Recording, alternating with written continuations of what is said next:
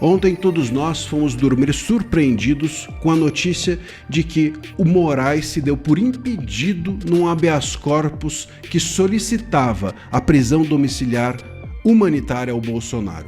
Ele remeteu o caso ao Gilmar Mendes e fez crescer em todos a expectativa de que talvez o Gilmar fosse a ele destinada a concessão da prisão domiciliar humanitária.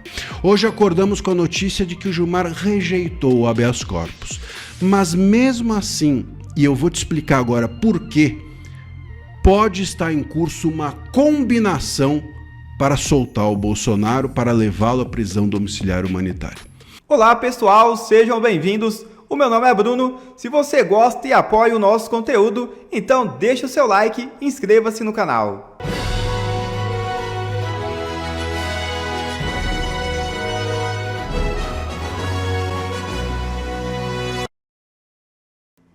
Gilmar nega habeas corpus para a prisão domiciliar de Bolsonaro. Mas calma, ministro desconsiderou o pedido pelo fato de não ter sido apresentado pela defesa oficial de Bolsonaro. O ministro Gilmar Mendes do Supremo Tribunal Federal rejeitou um pedido de prisão domiciliar apresentado por um advogado em favor do ex-presidente Jair Bolsonaro. A solicitação foi apresentada por meio de um habeas corpus, mas acabou barrada por questões formais. Na decisão, Gilmar destacou que o pedido é inadmissível, sobretudo porque não foi apresentado pela defesa oficial de Bolsonaro. O habeas corpus foi protocolado por Paulo Emendabile Souza Barros de Carvalhosa, que não integra a equipe de advogados do ex-presidente. No requerimento, ele pedia duas medidas: que o Conselho Federal de Medicina avaliasse se a unidade prisional onde Bolsonaro está dispõe de estrutura adequada para atendimento médico continuado e que o líder conservador cumprisse pena em regime domiciliar. Condenado a 27 anos e 3 meses de prisão no STF por tentativa de golpe de Estado, Bolsonaro está atualmente detido na Papudinha, unidade prisional que fica localizada no 19º Batalhão da Polícia Militar, anexa ao complexo penitenciário da Papuda em Brasília. Entenda como essa decisão de Gilmar Mendes pode ser um combinado para em breve soltar Bolsonaro. Veja um vídeo. Ontem todos nós fomos dormir surpreendidos com a notícia de que o Moraes se deu por impedido num habeas corpus que solicitava a prisão domiciliar humanitária ao Bolsonaro. Ele remeteu o caso ao Gilmar Mendes e fez crescer em todos a expectativa de que talvez o Gilmar fosse a ele destinada a concessão da prisão domiciliar humanitária. Hoje acordamos com a notícia de que o Gilmar rejeitou o habeas corpus. Mas mesmo assim, e eu vou te explicar agora por quê, pode estar em curso uma combinação para soltar o Bolsonaro, para levá-lo à prisão domiciliar humanitária. Veja só, a declaração de impedimento do Moraes foi ridícula. Ele falou, não, de tal dia a tal dia as distribuições de processo não podem ser feitas a mim. O cara julga ele mesmo. Ele julga um caso que ele é vítima, ele julga um caso que é da família, ele julga tudo. Ele julgou a agressão dele em Roma, quer dizer, a agressão que supostamente fizeram a ele. Então assim, ele não se dá impedido para nada.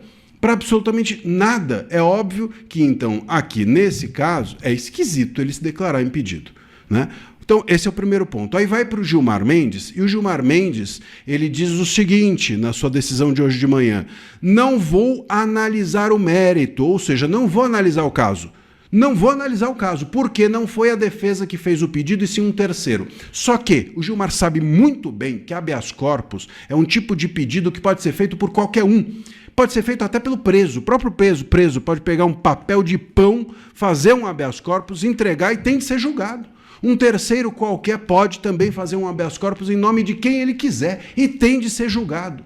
Não existe isso de não foi a defesa que fez. Está errada a decisão do Gilmar. E aí alguém me dirá, bom, por que ele daria essa decisão errada? Ué, e aí é que entra a questão. Se ele está dizendo não foi a defesa que fez, ele abre as portas para, nesse minuto, eu imagino que a defesa agora, nesse instante, esteja fazendo o pedido. Pô, se o problema do Gilmar não analisar o pedido foi porque não foi a defesa que fez, está aqui o pedido, então, da defesa no minuto seguinte. Imagino que a defesa do Bolsonaro esteja agora fazendo isso. Precisa. Precisa estar. E aí ele vai ter que analisar o mérito. E ao analisar o mérito, o que ele vai fazer? E essa me parece ser a grande descoberta que vamos ter nos próximos dias, ou hoje, ou amanhã, logo. Assim que a defesa fizer essa petição. Alguém pode dizer, não, o Moraes ele está apenas buscando o reforço do Gilmar. É como se ele estivesse entregando para o Gilmar isso aí para buscar apoio. Uma espécie de, não sou só eu que estou torturando o Bolsonaro, tem mais gente aqui concordando comigo, então não é tortura por conta disso. É uma decisão da corte, é uma decisão de mais cabeças. Isso pode acontecer. E o Gilmar, a gente sabe que é a cabeça do STF.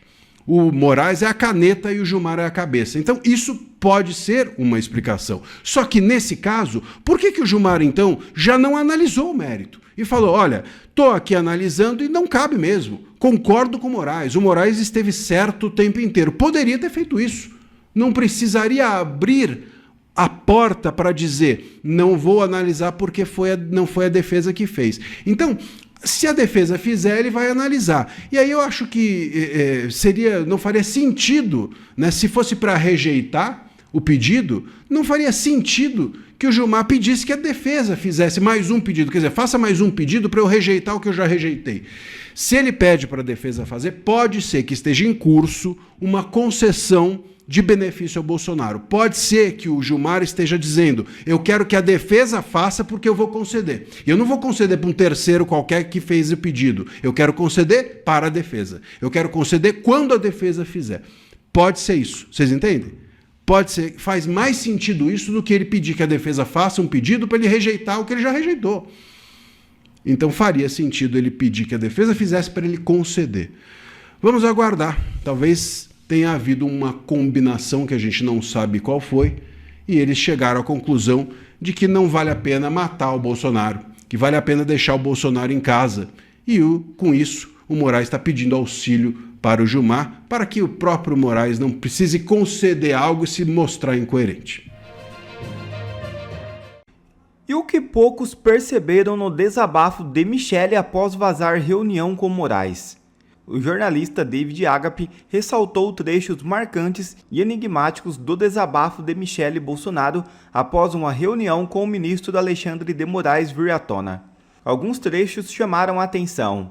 1. Para mim, a família está acima de qualquer narrativa, acima de qualquer conveniência política.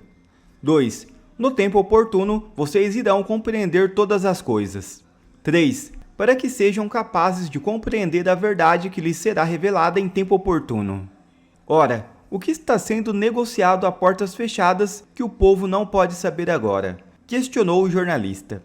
Já há quem dizem que está sendo negociado a desistência da candidatura de Flávio Bolsonaro para Tarcísio de Freitas em troca da prisão domiciliar a Bolsonaro.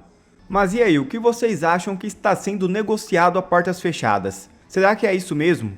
Já deixe a sua opinião também aqui nos comentários do vídeo.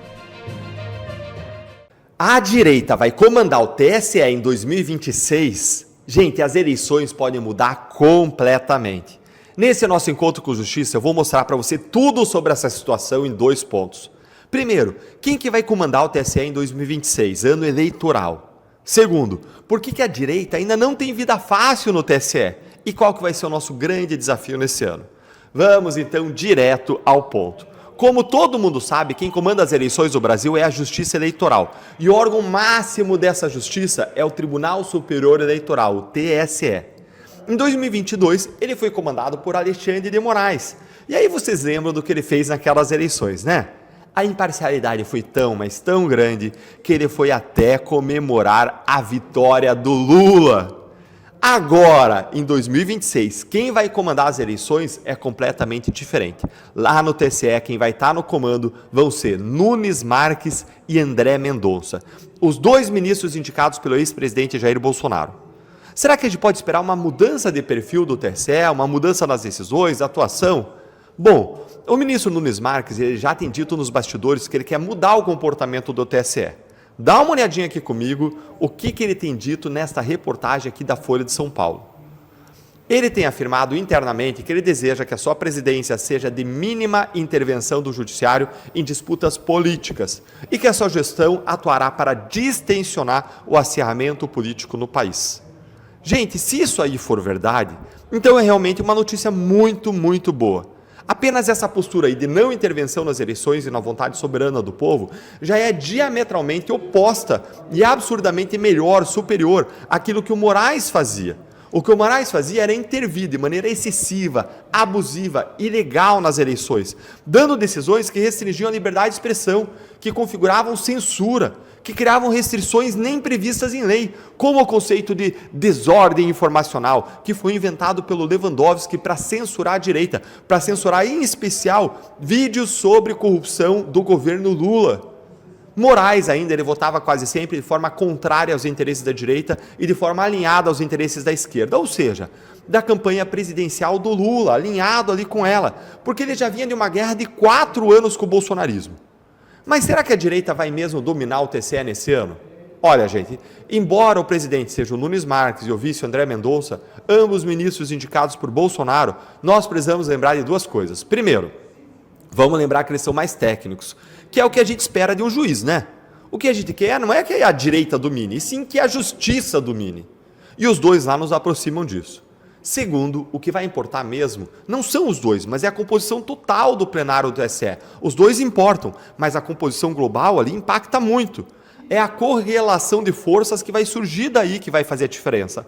Já que, sendo um tribunal colegiado, o que vale é a vontade da maioria, ou seja, de 4 ministros contra 3. O jurista Leonardo Moraes, advogado e doutor pela USP, ele traz uma análise muito interessante desse ponto. Olha aí comigo, ó. Leonardo Moraes avalia que, apesar de a presidência e a vice do TSE estarem nas mãos dos ministros indicados por Bolsonaro, a Corte Eleitoral terá uma maioria formada por nomes indicados pelo presidente Lula, incluindo juristas próximos a Moraes e a Flávio Dino. Então, ainda que a gente tenha 2 ministros indicados por Bolsonaro lá no comando do TSE, ainda vai ser necessário construir consensos, construir maiorias dentro do próprio TSE e vai ter mais embate. Isso é bom para que a direita possa ganhar nos processos que forem julgados por lá, para que possa existir justiça e imparcialidade para os 2 lados. Vai ter muito embate e muita luta. Então, ter ministros lá não é, de forma alguma, uma vitória garantida, embora seja muito bom. De qualquer maneira, como eu disse, ter o Nunes Marques e o André Mendonça no comando, no lugar do Moraes, já é um baita de um avanço. Nada consegue ser pior do que Moraes na presidência do TSE em 2022. Que situação vergonhosa é essa que aconteceu no SBT News ontem? Eu fico pensando assim, se Silvio Santos estivesse vivo, que decepção que ele estaria sentindo numa hora dessa. Onde quer que ele esteja agora, eu tenho certeza que ele vai estar muito decepcionado. Mas de certa forma dá até para entender, a imprensa hoje morre de medo de falar qualquer coisa do Alexandre de Moraes. Vou dar um exemplo para você o que aconteceu recentemente. Você se lembra no dia que foi noticiado que os Estados Unidos ia impor a Magnitsky em cima do Alexandre de Moraes? Pois é, naquele dia, para demonstrar força e para demonstrar que ele tem o apoio da população brasileira, ele decidiu ir num jogo de futebol. E aí, ele aparece lá em cima no jogo de futebol, vai na bancada achando que todo mundo vai bater palma, vai celebrar o grande herói da democracia. O que aconteceu é que ele foi vaiado, foi xingado e a reação dele foi essa. Quando ele percebeu que o povo estava xingando e vaiando ele dá o dedo, né? Ó, o dedo até gordinho, o dedo dele, né? Ele dá o dedo, que mão esquisita falando isso, eu nunca tinha reparado, olha isso aqui. Ele dá o dedo pro povo, para milhares de pessoas. Qual foi o resultado disso? Aí eu tenho que te mostrar aqui, olha o resultado disso. Jornalista que tirou foto de Moraes fazendo gesto obsceno é demitido. Moraes faz uma pressão, o jornalista que tirou a foto foi demitido. Se eu não me engano, esse jornalista trabalhava... Estado de São Paulo, no jornal O Estado de São Paulo, do Grupo Estado. Olha só, uma pressão do Alexandre de Moraes e o jornalista é demitido. Por que eu estou falando isso? SBT News foi criado. No dia da criação do SBT News, eles foram lá e convidam quem para participar do evento? Ninguém mais, ninguém menos do que Alexandre de Moraes, que inclusive fez um discurso lá, junto com o Lula. Isso pegou muito mal para o SBT News, né? SBT se manifesta depois de evento com Lula e Moraes. Pegou muito mal, já foi um sinal claro de que o SBT News está vindo aí para ser mais um passador de pano para Alexandre de Moraes. Voltando ao que eu quero mostrar. Ontem, Um jornalista estava fazendo uma matéria sobre o caso do Banco Master. Ele é cortado ao vivo, no momento em que ele menciona o contrato da esposa do Moraes. Isso aqui é tão embaraçoso, mas vamos lá. O precedente do ministro Alexandre de Moraes é a criação do inquérito das fake news, que foi aberto em 2019, sob o pretexto de apurar ameaças a integrantes do Supremo Tribunal Federal. Eu gostei do jornalista que falou sobre o pretexto. Ou seja, era um pretexto, né? Então, como vocês sabem, Receita Federal e COAF, agora 2 órgãos públicos, estão dentro do inquérito da fake news. Parece piada, mas é verdade. Sob o pretexto de apurar ameaças a integrantes do Supremo Tribunal Federal e ao próprio funcionamento da Corte.